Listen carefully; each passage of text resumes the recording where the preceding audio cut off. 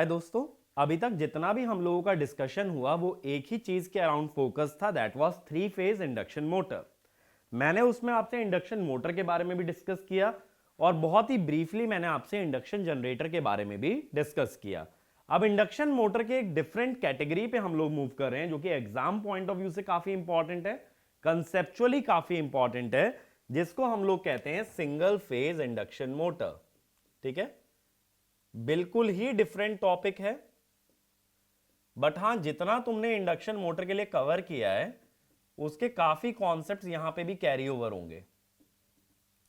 तो हम लोग बात करने वाले हैं सिंगल फेज इंडक्शन मोटर, यानी एक ऐसी इंडक्शन मोटर जिसमें कि थ्री फेज सप्लाई ना जोड़ी जाए, उसके अंदर सप्लाई सिर्फ रहेगी सिंगल फेज।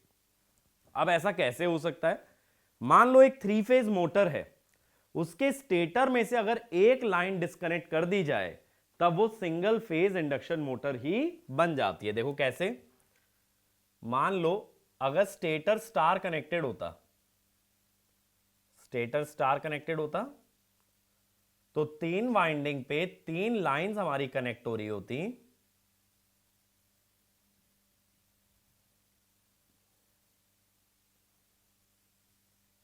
ये एक वाइंडिंग पे एक लाइन गई, ये हमारी दूसरी लाइन गई, इस तरीके से जाएंगे तीन लाइन, तीन फेजेस हो जाएंगे ए बी सी। अब मैं कहता हूं इनमें से कोई एक लाइन या एक सप्लाई को डिस्कनेक्ट कर दें, then it will behave as a single phase induction motor. अब ऐसा कैसे होगा? मान लो सी वाली लाइन डिस्कनेक्ट कर देते हैं, मान लो सी वाली लाइन डिस्कनेक्ट कर देते हैं,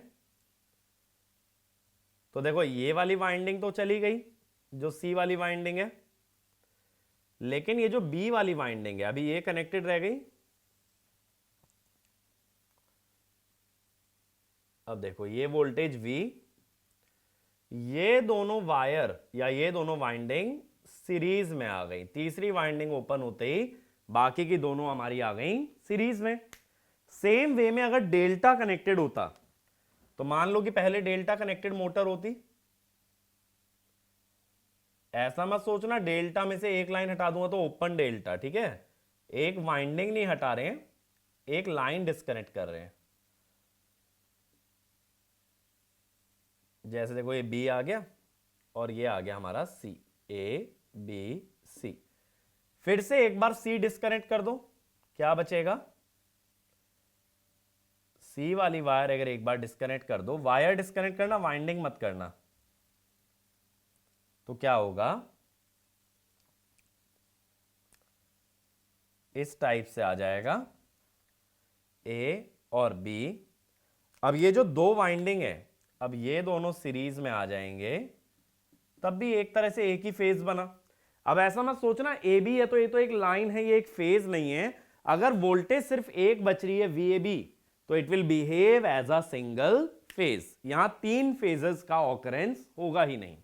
तो इस तरीके से अगर कभी भी एक थ्री फेज इंडक्शन मोटर में से एक सप्लाई लाइन को डिस्कनेक्ट कर दें तब वो बन जाती है सिंगल फेज इंडक्शन मोटर। और उसी के बारे में हमें स्टडी करना है कि सिंगल फेज इंडक्शन मोटर बनने से इसके अंदर क्या फिनोमिना बनेगा। तो पहले डायग्राम ड्रॉ कर लेना, इसके बाद लिखना whenever one supply line is disconnected from a three-phase induction motor, then only single phase remains and the motor behaves as a single phase induction motor।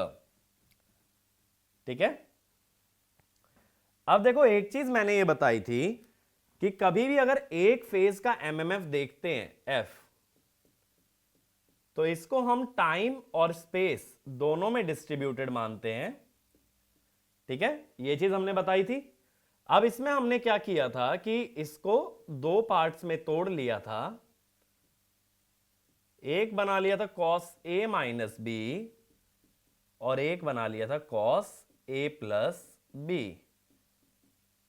ठीक है, जिसमें मैंने माइनस वाले को बोला था that it is forward rotating, forward rotating, और plus वाले को मैंने बोला था बैकवर्ड रोटेटिंग। ठीक है, कि एक आगे जा रहा था और एक हमारा पीछे जा रहा था एमएमएफ, तो दो एमएमएफ के पार्ट हो गए थे और दोनों एमएमएफ की स्ट्रेंथ अपनी कितनी है, Fm/2। तो सिंगल फेज का एमएमएफ हमेशा दो अपोजिटली रोटेटिंग एमएमएफ में तोड़ा जा सकता है, दोनों ही सिंक्रोनस स्पीड से घूमते हैं, बट एक फॉरवर्ड तो एक बैकवर्ड। तो इसमें लिखना the MMF due to a single phase winding can be resolved into two components, each having half of the amplitude but one rotating in the forward direction while the other rotating in the backward direction, but both at synchronous speed। अब अगर मान लो जो rotor है, if rotor rotates at n rpm in forward direction, ठीक है, rotor हमारा forward में ही चल रहा है,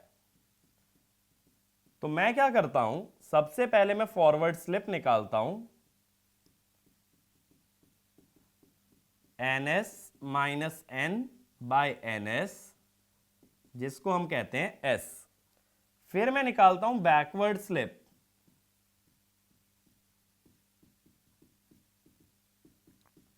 बैकवर्ड स्लिप में मैग्नेटिक फील्ड माइनस ns से घूम रही है, रोटर तो अभी भी n से घूम रहा है और magnetic field again minus ns से।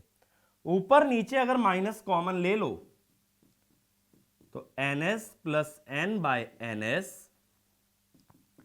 n को लिख लो ns 1 माइनस s,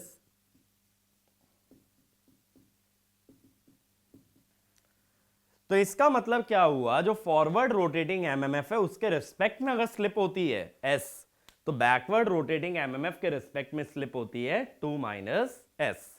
तो इसमें लिखना if the rotor rotates in forward direction at a speed n rpm, then it has a slip s with respect to the forward rotating stator mmf and it has a slip 2 minus s with respect to backward rotating stator mmf।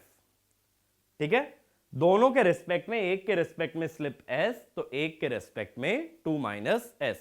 ये 2 minus s का factor पहले भी हमने देखा है जब हमने बात की थी प्लगिंग की, तब भी मैंने यही बोला था कि फेज सीक्वेंस रिवर्स कर देने से मैग्नेटिक फील्ड उल्टी हो जाती है, मैग्नेटिक फील्ड अगर उल्टा घूमती है तो स्लिप आती है 2 माइनस s। तो इसमें ये वाला भी पॉइंट लिख लो, the slip of 2 minus s is also observed in case of plugging where the phase sequence of supply is reversed in order to reverse the direction of stator magnetic field, in order to reverse the direction of stator magnetic field।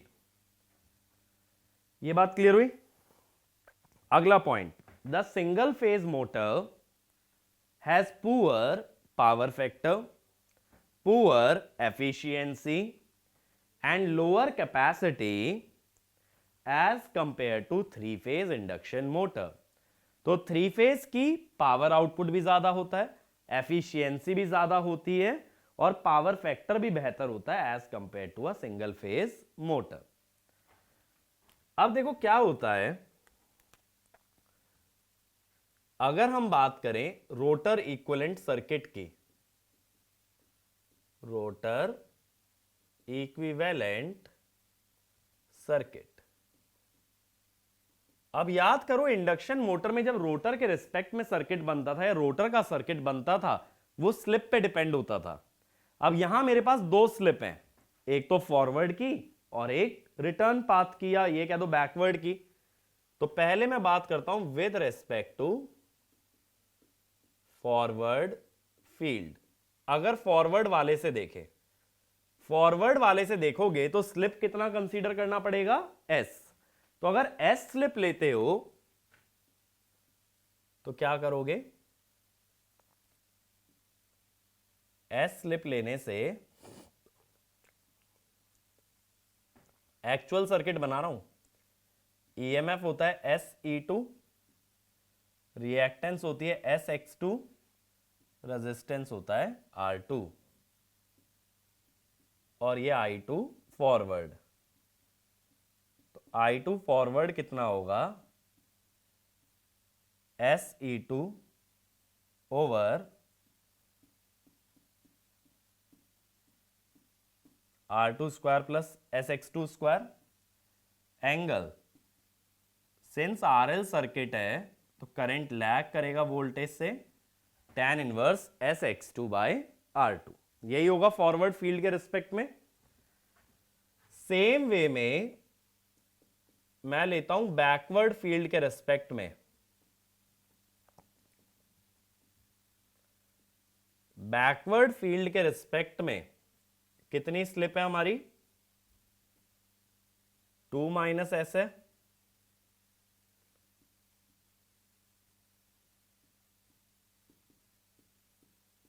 तो reactance भी कितनी होगी,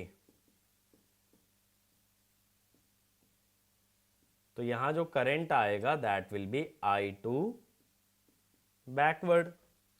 तो मैं कहता हूं I2 backward कितना होगा, 2 minus S E2 root over R2 square, 2 minus S X2 square minus tan inverse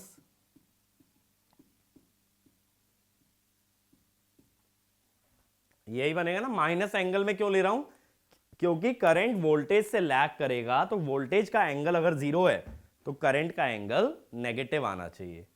ये मेरी बात क्लियर हुई इतनी, कि फॉरवर्ड और बैकवर्ड के रिस्पेक्ट में हमारा अलग अलग रोटर में करंट आने वाला है। तो देखो अब अपने पास दो क्वांटिटीज हो गई, एक तो स्टेटर की फॉरवर्ड और बैकवर्ड दोनों के रिस्पेक्ट में एमएमएफ होता है FM/2। अभी मैंने बताया डबल रिवॉल्विंग फील्ड वाला केस। और रोटर का करंट हमने दिखा दिया I2F और I2B, ये हमने दिखा दिया। मेरी बात यहां तक क्लियर होती है, ठीक है। तो देखो बेसिकली हो क्या रहा है, स्टेटर से दो मैग्नेटिक फील्ड बन रही हैं, एक जो फॉरवर्ड रोटेट कर रही है और एक जो बैकवर्ड रोटेट कर रही है। अब जो फॉरवर्ड और बैकवर्ड रोटेटिंग मैग्नेटिक फील्ड है, दोनों ही अपना अपना ईएमएफ रोटर में बना रही हैं। तो रोटर के अंदर एक नहीं दो ईएमएफ बन रहे हैं, एक फॉरवर्ड फील्ड की वजह से और एक बैकवर्ड फील्ड की वजह से। अब हम क्या जानते हैं, रोटर की फ्रीक्वेंसी कितनी होती है, S इंटू एफ। तो जब स्लिप S है तो फ्रीक्वेंसी है SF, इसीलिए S का फैक्टर ईएमएफ में भी आ रहा है, रिएक्टेंस में भी। लेकिन बैकवर्ड के रिस्पेक्ट में स्लिप है 2 माइनस एस, इसीलिए ईएमएफ में भी 2 माइनस एस का फैक्टर आया और रिएक्टेंस में भी आया 2 माइनस एस का फैक्टर। बात क्लियर हुई, ठीक है। इतनी बात मेरी क्लियर है ना। अब देखो इसको और क्या लिख सकते हैं, इसको ऐसे भी लिख सकते हो, अगर S कॉमन लेना चाहो, R2 by S square plus X2 square, ऐसे इसको E2 by root over R2 by 2 minus S का स्क्वायर प्लस X2 स्क्वायर, ऐसे लिख सकते हो, ठीक है। आगे एंगल तो चलेगा ही चलेगा। अब देखो टॉर्क प्रोडक्शन के लिए क्या होता है कि ये है FM/2, ठीक है। अब इससे ईएमएफ 90 डिग्री लैगिंग बनेगा, जैसे मान लो फॉरवर्ड वाला ईएमएफ है, और इससे जो फॉरवर्ड वाला करंट है वो कितना एंगल लैग करेगा, θ2 फॉरवर्ड। और इसी डायरेक्शन में रोटर का फॉरवर्ड एमएमएफ आएगा। भाई मैंने सिर्फ क्या किया है, इंडक्शन मोटर वाला ही फेजर यूज किया है। पहले स्टेटर का एमएमएफ बना लिया, उससे 90 डिग्री लैगिंग ईएमएफ बना लिया, और उससे थीटा एंगल लैगिंग करंट बना लिया, और करंट के सेम फेज में आ गया रोटर का एमएमएफ। तो अगर मैं ये कहूं कि फॉरवर्ड टॉर्क कितना है, तो ये है FM/2 into F2 forward into sine of angle between them, angle कितना है 90 plus theta two forward, sine 90 plus theta कितना होगा, कॉस थीटा होगा। ठीक है, ये बन गया। सेम वे में अगर नेगेटिव सीक्वेंस का बनाओगे या बैकवर्ड का बनाओगे तो स्टेटर का एमएमएफ तो सेम है, इससे बनेगा ईएमएफ E2 बैकवर्ड और इससे लैगिंग आएगा I2 बैकवर्ड। इसी के सेम फेज में F2 बैकवर्ड एंगल θ2 बैकवर्ड, यही बनेगा। अगेन जब टॉर्क बैकवर्ड की बात होगी तो Fm/2 F2 backward sine 90 plus θ2 backward, Fm F2 backward by 2 cos θ2 backward. तो रोटर पे दो टॉर्क बनेंगे जब दो मैग्नेटिक फील्ड है, एक जो आगे जा रही है एक जो पीछे जा रही है, तो आगे जाने वाली मैग्नेटिक फील्ड रोटर को आगे खींचेगी, पीछे जाने वाली मैग्नेटिक फील्ड रोटर को पीछे खींचेगी। तो रोटर पे दो टॉर्क बनेंगे, फॉरवर्ड और बैकवर्ड। तो इसमें लिखना the forward rotating magnetic field tries to drag the rotor in the forward direction along with the magnetic field, and the backward rotating magnetic field tries to drag the rotor in the backward direction along with the magnetic field. Next point, hence the rotor experiences two torques in opposite direction, one in the forward direction and other in the backward direction, and hence the net torque experienced will be difference of the two torque. ठीक है, will be difference of the two torque. अब देखो ये circuit रब कर दे रहा हूं,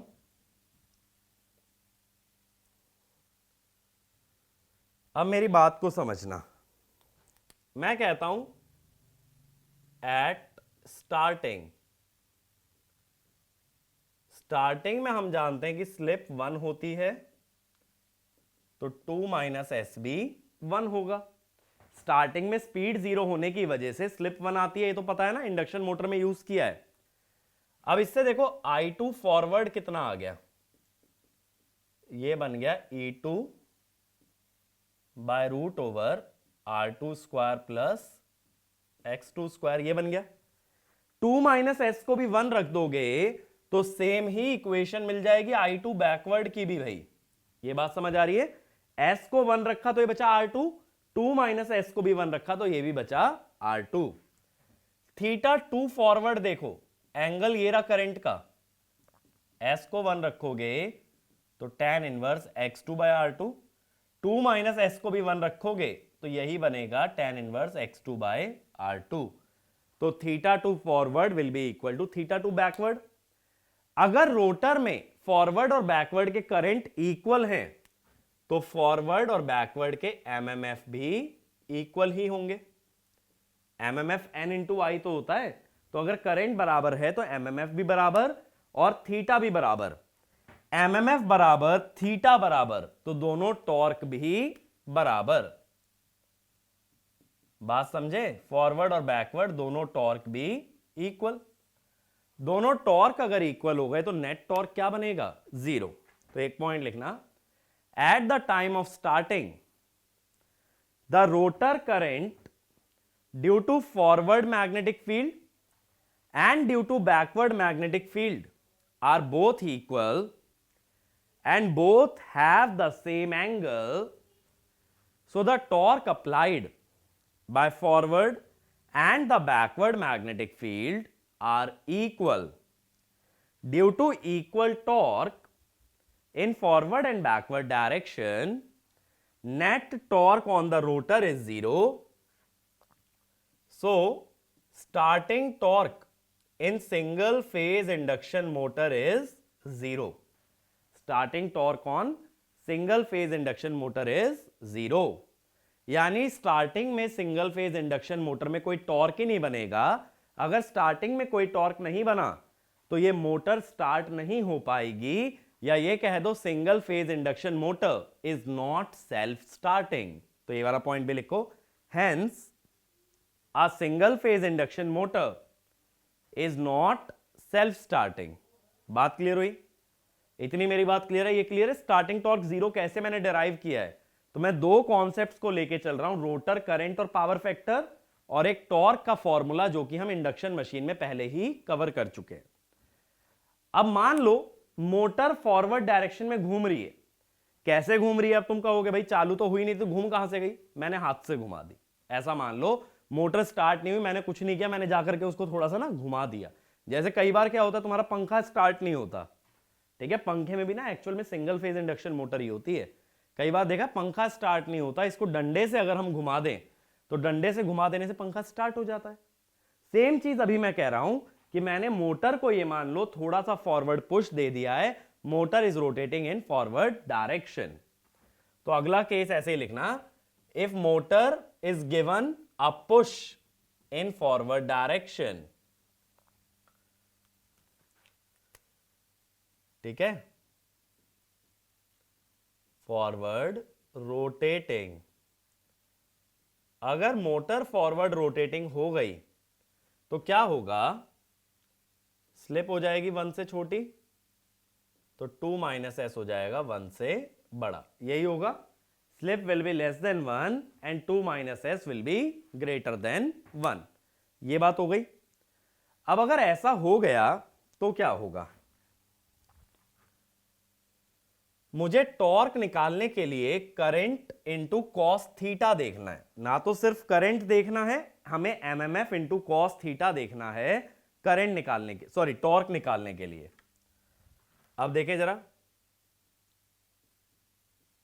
आई two F cos theta two F. Cos theta कितना होगा? R by Z. R by Z अगर होगा तो देखो क्या हो जाएगा,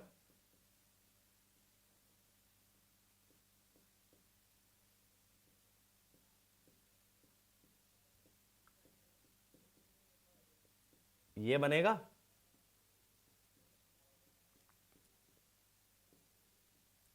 आई टू कॉस थीटा टू करोगे ना,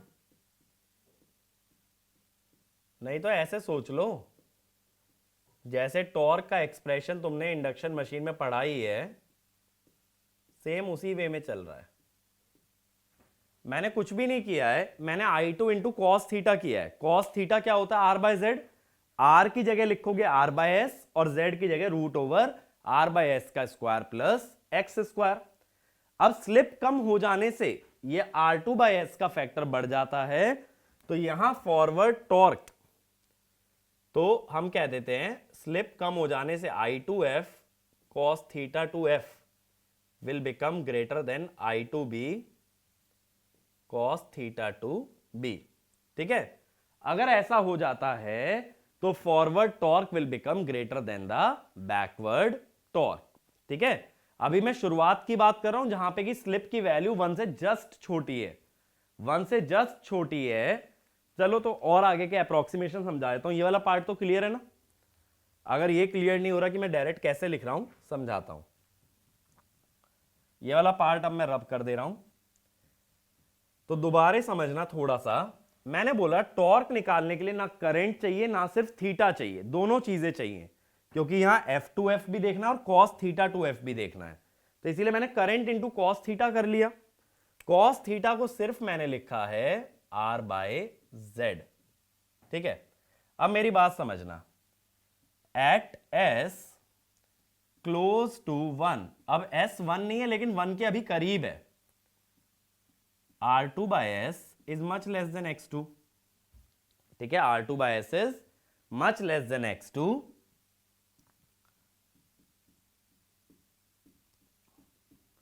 तो ये कितना हो जाएगा?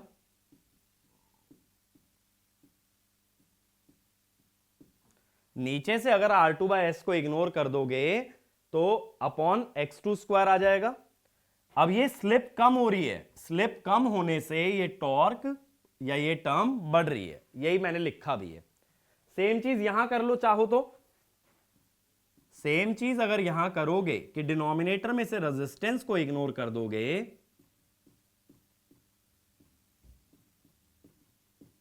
ये बचेगा ना, तो s कम हुआ लेकिन 2 माइनस एस बढ़ा, 2 माइनस एस बढ़ा तो ये टर्म कम हो गई, s कम हुआ तो ये टर्म बढ़ गई। बात समझे? क्योंकि स्लिप पहले 1 थी तो 2 माइनस एस भी 1 था, अब 2 माइनस एस 1 से बड़ा हो गया, स्लिप 1 से छोटी हो गई, लेकिन ये दोनों ही फैक्टर डिनोमिनेटर में आ रहे थे, इसीलिए जब स्लिप 1 से छोटी हुई तो ये टर्म बड़ी हो गई, 2 माइनस एस 1 से बड़ा हुआ तो ये टर्म छोटी हो गई। इस कारण से क्या होगा, forward torque will become greater then backward torque. तो इसमें लिखना, if the motor is given a small push in the forward direction, then forward slip reduces and backward slip increases. Due to this,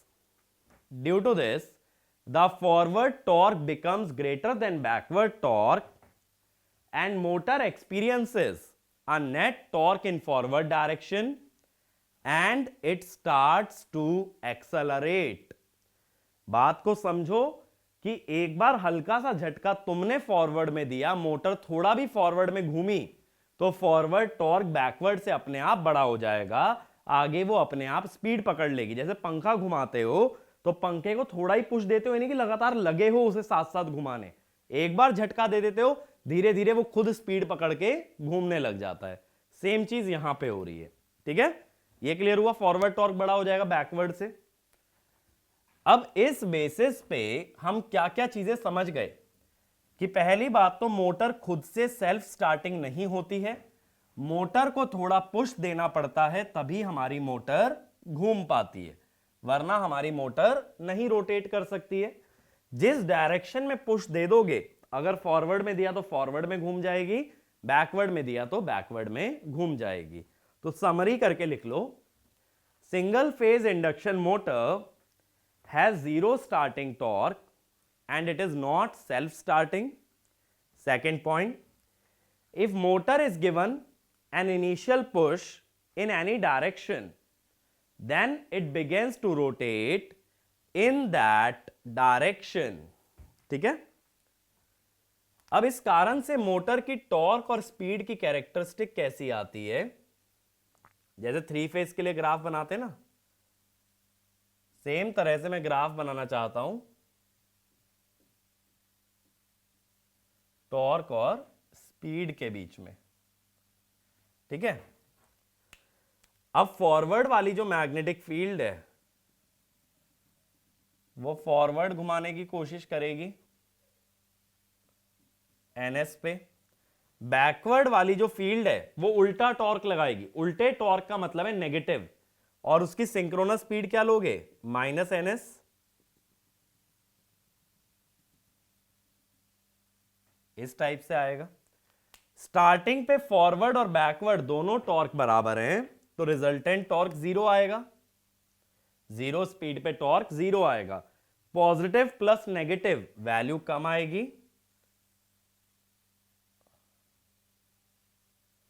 ठीक है, ऐसे ही positive plus negative value कम आएगी। तो ये graph first और थर्ड क्वाड्रेंट में exactly same बनेगा, यानी मोटर फॉरवर्ड भी घूम सकती है, मोटर बैकवर्ड भी घूम सकती है। इनिशियल पुश फॉरवर्ड दिया तो आगे घूमेगी, बैकवर्ड दिया तो पीछे घूमेगी।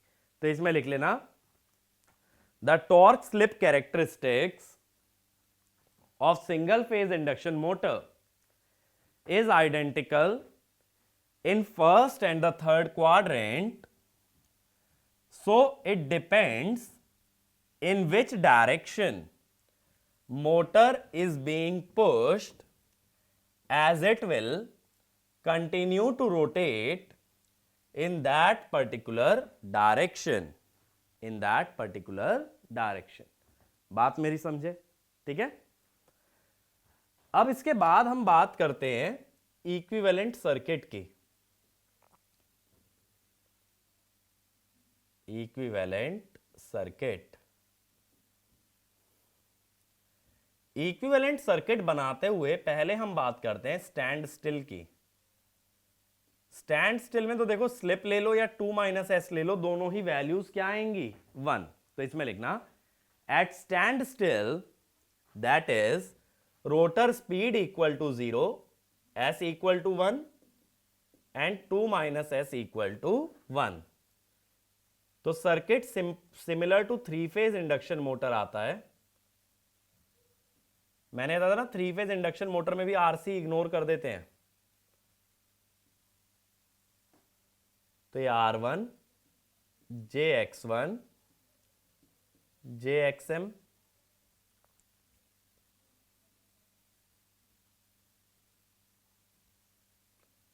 JX2 डैश R2 डैश, ये सर्किट बनेगा। अब देखो ये जो JXM वाली ब्रांच है और ये R2 JX2 वाली जो ब्रांच है, ये दोनों किस में है, पैरेलल में है, यानी दोनों के अंदर वोल्टेज होगा सेम। तो मैं क्या करता हूं, इन दोनों ब्रांचेस को ना दो दो पार्ट में डिवाइड कर देता हूं। ये चीज ध्यान देना, ये मैंने दो पार्ट में डिवाइड कर दिया मैग्नेटाइजिंग रिएक्टेंस को, ऐसे ही इधर वाली इंपीडेंस को भी दो पार्ट में डिवाइड कर दो।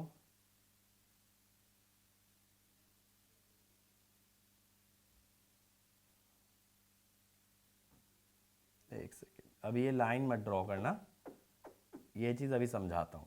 तो ये क्या है, JXM/2 JXM/2, ये JX2-2 R2-2 JX2-2 R2-2 R1 JX1। अब देखो अगर दोनों ब्रांचेस के अक्रॉस, इसके अक्रॉस V वोल्टेज था तो दूसरी ब्रांच के अक्रॉस भी क्या था, V। दोनों ब्रांच को दो दो पार्ट्स में डिवाइड कर दिया और बराबर डिवाइड किया है, इक्वल डिवीजन किया है। तो आधी आधी ब्रांच के अक्रॉस वोल्टेज कितना होगा, V/2।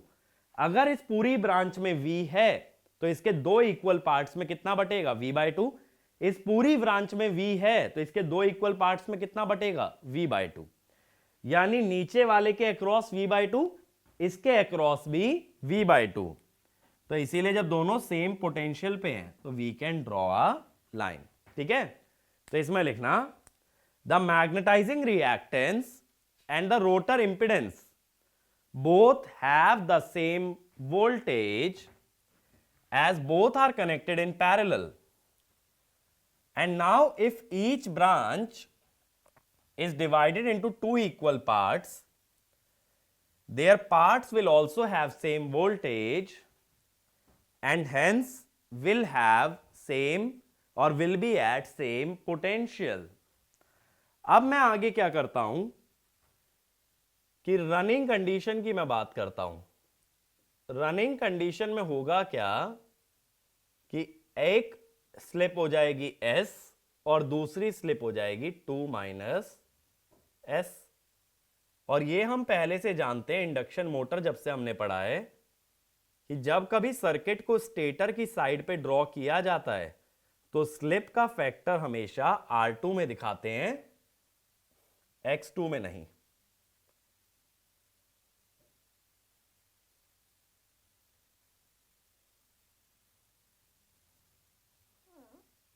ठीक है भाई,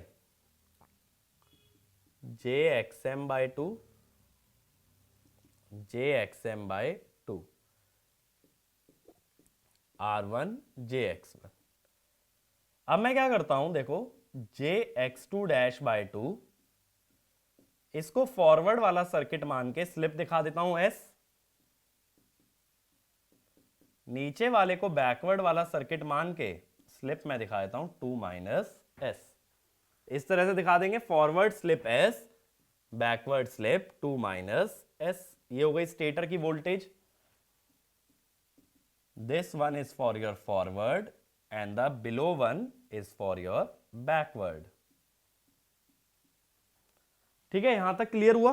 तो ये इक्विवेलेंट सर्किट तुम्हें एग्जाम के लिए याद रख के जाना है कि सर्किट को दो पार्ट्स में डिवाइड कर दिया है, एक फॉरवर्ड और एक बैकवर्ड। ठीक है, ये पॉइंट क्लियर है। तो इस लेक्चर को देखो यहीं तक हम लोग रखेंगे। इस लेक्चर को यहीं पे हम लोग वाइंड अप कर रहे हैं। अगले लेक्चर में मैं क्या डिस्कस करूंगा कि इंडक्शन मोटर के अंदर क्या मॉडिफिकेशंस किए जा सकते हैं कि वो सेल्फ स्टार्टिंग बन जाए, कैसे सिंगल फेज इंडक्शन मोटर में स्टार्टिंग टॉर्क को नॉन जीरो किया जाए। स्टार्टिंग टॉर्क जीरो होने का कारण क्या रहा है कि दो मैग्नेटिक फील्ड बन रही हैं, एक फॉरवर्ड एक बैकवर्ड, और दोनों ही रोटर पे इक्वल टॉर्क लगा रही हैं। अगर दो मैग्नेटिक फील्ड बराबर ना होती तो बराबर टॉर्क भी ना लगाती, तो स्टार्टिंग टॉर्क भी बनता नॉन जीरो। अभी दो equal magnetic field equal torque लगा रही हैं तो नेट टॉर्क बन रहा है जीरो। तो इसी प्रॉब्लम को हम लोग टैकल करेंगे अगले वीडियो के अंदर। तो अगले वीडियो में हम लोग इस सिंगल फेज इंडक्शन मोटर के कॉन्सेप्ट को वाइंड अप करने की कोशिश करेंगे। Thank you.